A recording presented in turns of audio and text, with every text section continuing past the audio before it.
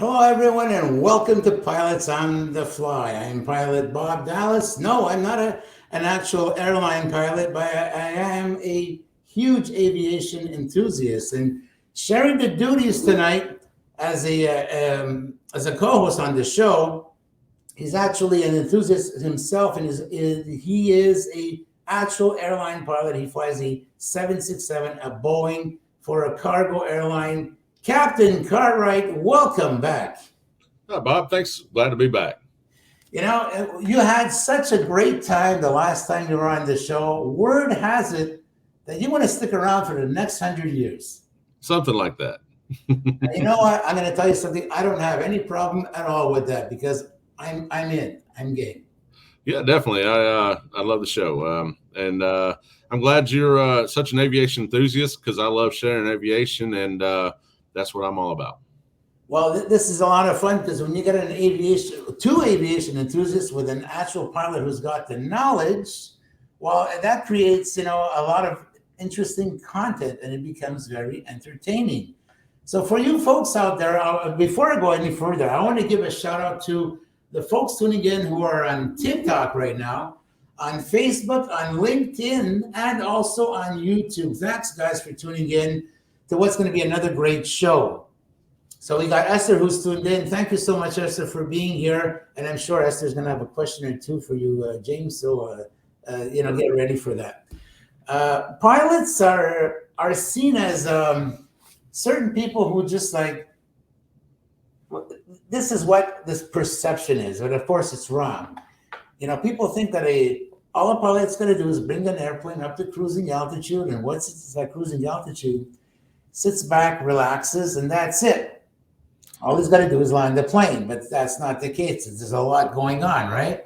If I had $1 for every time somebody asked me if the autopilot just flies the plane for us, I would be a rich man and already retired and wouldn't have to fly. Or I'd be flying my own jet, one of the two. Well, they're actually talking about having pilotless aircraft, and I read that in a Forbes article, but that's for another show. That would definitely be sure, and I don't believe it in my lifetime. I hope to God not, because I always like to have someone up there who's in control of the situation. Or at least somebody on the ground that would be in control of the situation, too. You would not want a pilotless aircraft, period. Oh, my God, no. I'm just thinking about these trains that are operated. They're all automated, and there's no conductor inside. It's like, forget it. I'm not getting on that train. Well, let's think about it also. If for passengers hauling, I want somebody that's got some skin in the game. So, just like when I'm flying an airplane, there's nobody that wants to survive anything that's going on in that airplane more than me. Oh, geez. So, you guaranteed that I'm going to make sure that I survive as with every bit of skill that I can and knowledge.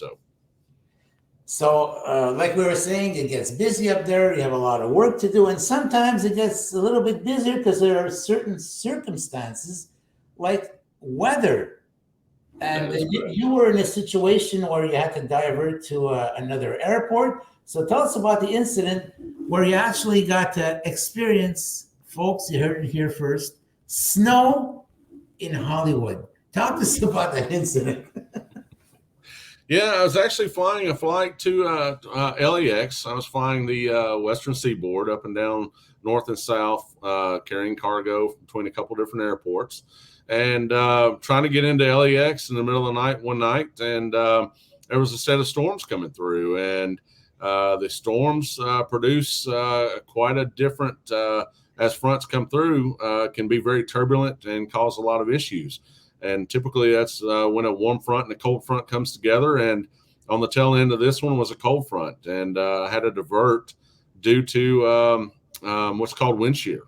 And LAX closed down for, I know, at least an hour. I think it was closed down longer than that due to wind shear issues. So ended up diverting after holding for 30 minutes to San Francisco. And you were actually planning on an even other alternate airport just in case something went wrong with SFO. That is correct, because when I was listening on the radio and LAX closed and everybody was in the hold, and luckily I had probably about an hour and a half of fuel left at the time when I landed, but particularly when it becomes legal, you're flying to the airport plus an alternate plus 45 minutes of hold time is your minimum required fuel. Now, that doesn't leave a whole lot of thinking if, say, for instance, LAX closes down and then San Francisco, which is one of the closest, largest airports that everybody would typically divert from on the passenger side, much less cargo, they all start diverting there, and that airport has suddenly got an influx of airplanes that it can't handle. Wow. So it can become a very stressful job. So for all of you guys out there thinking that it probably doesn't do much, think again. Well, think about it this way, Bob. For instance, I've got an hour and say 30 minutes of fuel left. All right. And I've got to divert 30 minutes to travel from LAX from a hold to San Francisco and then get on the ground in San Francisco, which will probably take another 15 to 20 minutes. So from there, that's 30 to 45 minutes at least to get on the ground. So if we run into San Francisco and I've got an hour and a half of fuel left and I've only got 45 minutes just to get there left over after that, I've got to make a lot of decisions on where am I going to go after that if I can't get in, because it could be a catastrophe that happens on the runway that closes that airport. Exactly. Or it could be that they just can't handle the influx and I have to call Bingo Fuel and then look, I've got to land somewhere. Either that or I've got to go to the next closest alternate airport close there. And I wanted to leave my options open. So that was some of the calculations that you have to make really quick. Because in a 767, we're burning at altitude 10,000 pounds an hour. Wow, that's a 10,000 pounds. Wow, and imagine that's just with two engines. That's with just two engines. That's correct. 747 it burns even more fuel than that. 747 has 4 engines, just like the ones I have on the 76. Imagine. So you're burning 20,000 an hour. Oh my God! Wow. Yes. So not only do you actually have to know about burning fuel and all that, a pilot is actually a meteorologist. You also have to be kind of a weatherman, and you have this this display here on one of your screens, and you have to know what's going on. Like you don't want to go flying into a storm and all that. So by looking at the device that I just showed on the screen right now, you can divert, either go higher, lower, or around the storm.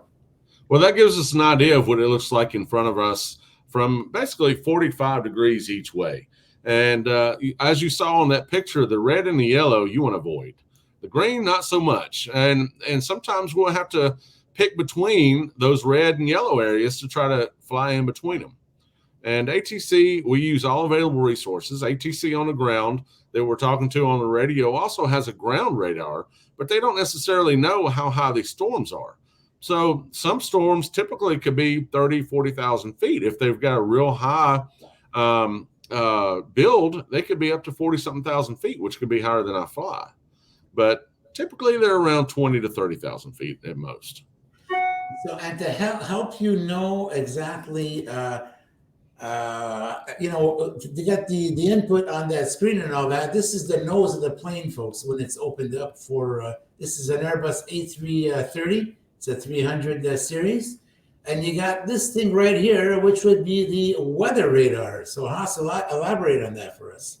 Yeah, sure. The weather radar is encased in that nose cone there, which is typically fiberglass, because fiberglass allows the radio waves for the radar to go through it.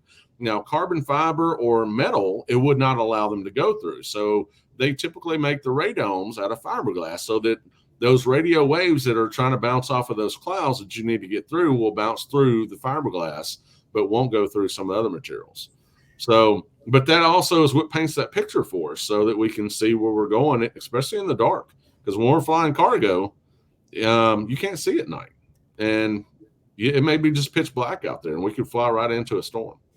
And it's very easy to get disoriented if you don't have your instruments working well. That is correct.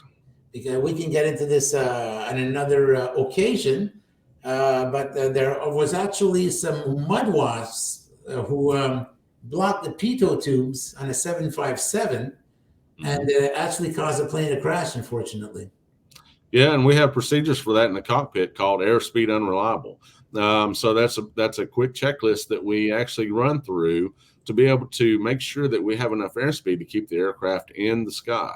And it's what we call a quick action memory item, or quick actions on the quick action card. So, for instance, if we have question about any one of our three airspeed indicators, we'll call airspeed unreliable and we'll run through that checklist. Wow, that's amazing. We got Esther who's got a question here. What's the strangest thing you've seen in the sky during a flight? Oh, that's interesting. Well, there's a lot of strange things you can see in the sky, and I think we're going to talk about some of that tonight. But outside of that topic alone, I think it would definitely be the Northern Lights. The Northern Lights were beautiful, and I got to see them over Greenland when I was flying from actually coming back from the European countries over there back to the States. Wow. And that is such a beautiful phenomenon. What is it exactly that causes this event, if you want to call it that? What causes that?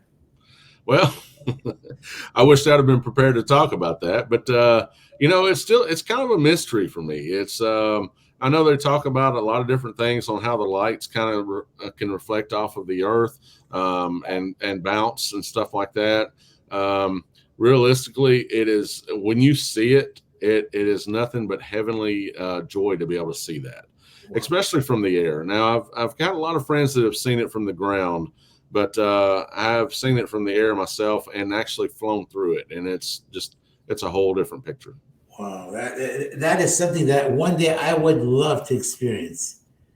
Probably get into the jump seat at an airplane one day. Well, maybe we can share some videos I have of it sometime. Oh yeah, that's a must. I'm sure the audience is going to love that. There's another topic for us right there. There you go. So the Northern Lights. Jenny, please take note of this and get back to us with that. So a lot of times with this, a lot going on, because look at it this way: if flying a commercial airplane, there's no way that one person can do everything up there. And when things get a little busy, they get hectic, it's very good to have someone else helping you out. That's where crew resource management comes in. Yes, that is correct. And all resources, you should be, as a pilot at any time, whether you're on a ship, you're piloting a ship out in the middle of the ocean, or you're piloting an aircraft, you're pretty much alone. You have certain resources, whether it be a radio or a satellite SATCOM, or the person next to you that's helping you pilot the ship, or your crew, or for instance, the company or dispatch or maintenance that we could get a hold of, either on a high frequency or ultra high frequency radio, or sometimes even a sat phone. So depending on your resources, every airplane could have a different resource. So you got to know your resource and how to use them to be able to use all available resources when it comes to crew resource management. And that includes my first officer that's sitting next to me. My first officer is my first line of crew resource management. But I could have a jump seater in the back seat back there that I know is a pilot, and I may have to get him up into the cockpit and use him as a crew resource management as assistance. So all hands on deck when it comes to anything that could be a potential hazardous event or an emergency.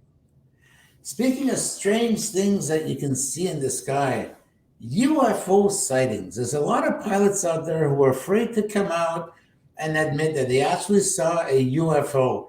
Is this something that does it actually happen? Do pilots actually see UFOs while they're in flight? Well, I've seen unidentified flying objects before. There's no question about that. I don't know what it was, but does it mean it was an extraterrestrial? Not necessarily. It could have been a weather balloon, or it could have been some actually, when we first initially talked about UFOs, I was doing happened to click on something on social media, and it was this guy talking about, it was a military jet jock. I'm gonna just put him as that way. And he was talking about how he would create a UFO sighting with his military jet. So what he was explaining to me was he would take that jet, speed it up to about 600 miles an hour, just under the speed of sound. And then he would pull the throttle back to where it's silent, because when the airplane is not putting out all that thrust, you can't really hear it when it's coming at you. So then he would pull it straight vertical. Then he would light off the afterburners, and then you would see the afterburners go straight up in the air. Oh, wow. And he said that would cause a lot of UFO sightings. Well, I'm going to tell you one thing, and I had a show on this back in the day when I was hosting Rob's Inner Circle. I actually saw a UFO, guys. I had a UFO sighting. I was a bus driver back in the day. We're talking here. Yeah, there you go, Patty. Thanks. The 7th of November, 1994. I was driving my bus from the South Shore of Montreal into downtown Montreal, and there was this, all of a sudden, there was this cutoff. There was a huge source of light coming from up above, but the light looked so much different than, the light posts we got out there. It was so bright, so clear. Even today's LED lights that we have that emit like a 5,000 K color temperature, which would be like daylight. It was even brighter and stronger than that. I never saw anything like that. Anyways, I was under this thing and I didn't realize it right away, but as I drove away and I was hearing on my radio, there's a UFO over Class Bonaventure. And I had just parked my bus there. Anyways, I did 3 trips like that. And every time I was there, I was like really nervous. I couldn't wait to get out of there because I was afraid to get caught in a tractor beam. Anyways, all that to say that I actually experienced a UFO. Okay. I didn't get to shake hands with the little green man, but I saw the craft and it was huge. They're probably all in Roswell, New Mexico. Roswell, New Mexico. Area 51. Oh, there you go. Jenny's saying Iceland and Greenland are great for seeing northern lights in winter. Due to their latitude and position of the Aurora Oval, some parts of Greenland, I guess, is a follow-up to that. Yeah, definitely. That's that's where I saw it, and it was I believe it was February when I saw it, so it was the winter. It is in the wintertime. Yeah. So to close off our show, just wanted to talk about how safe people can feel about flying in an airplane, because they're on planes. You don't know they're there. You don't know which plane they're on. They're random, and these people would be.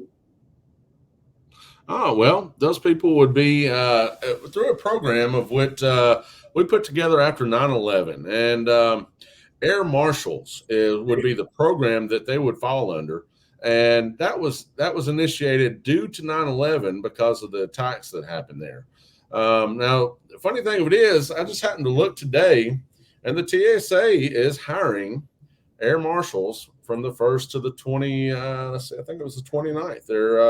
They're hiring. So we have 2 types of air marshals that usually can fly on the aircraft, and that could be the cockpit air marshal, which is one of the pilots that actually carries, or it could be a unidentified passenger in the back that actually carries during the flight. So it's a great program to help secure any threat that could happen like that, to prevent 9/11 from ever happening again. Do you think there are enough air marshals, or should there be like even more? Well, what's your personal take on it? Well, obviously they're hiring, so there needs to be more. And, the more the better, I think. Wow. And the flight deck marshal, he's got a very specific role, which is different from the air marshal, right? He is. And the flight deck marshal is a little bit different role because it is an actual pilot, but nobody knows, including the first officer or the crew, that he is an air marshal until that cockpit door closes. And then his first officer or whoever's in the cockpit at that moment will be announced that he is a flight deck marshal, and he will unholster his weapon out of the container that it's in, unlock it, and he will wear that weapon throughout the flight. Wow, that is amazing. So talk about feeling safe when you're flying. Yeah, it's a great program. It definitely is, and it could have prevented a lot for 9/11 as well. Is this only in the U.S. or is this like worldwide? From what I understand, it's only in the U.S. because I know the flight deck air marshal program.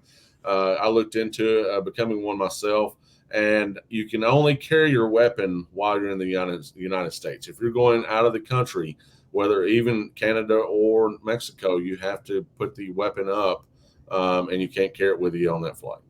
As for air marshals, this is again a U.S. thing only, or is that spread worldwide? I believe it's U.S. only as far as the TSA's program. I'm not sure how other countries handle it. But again, we can't cross borders with any kind of weapon. Even though they may be an air marshal, they can't carry their weapon with them across borders. Captain Haas, you get the last word. The last word.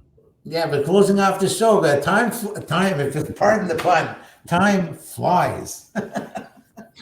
Time flies, definitely. Well, you know, there's a whole lot to talk about, but looking forward to the next show and a new set of topics. And definitely, let's add the Northern Lights to one of them, because I would love to share some of that video and pictures that I took of that. Oh, James, please, by all means, please do have that for us. And the next show, we'll be glad to show the audience and have them join in on the fun.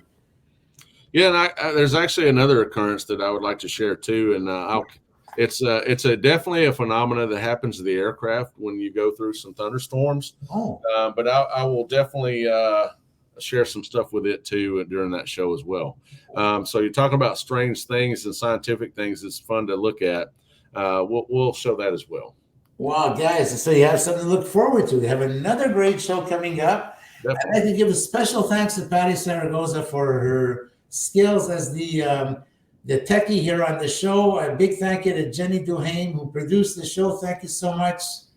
Esther, thank you everybody for tuning in. All of you on TikTok, on Facebook, on LinkedIn, and on YouTube. Thank you. And in the meantime, happy flying, Captain Cartwright. Thank you. And thank you all for showing up for our show, and glad to show or talk about aviation facts and things that you might want to have a curiosity about. And if you do have questions after the show, or you want to email us or text us, bring the questions out. We'd love to answer them. And even if we don't have the answer, we'll find the answer. You can be sure of that. Captain Cartwright is always going to get you the answer. Thank you, guys, and we'll see you next time. Take care. Bye. Bye.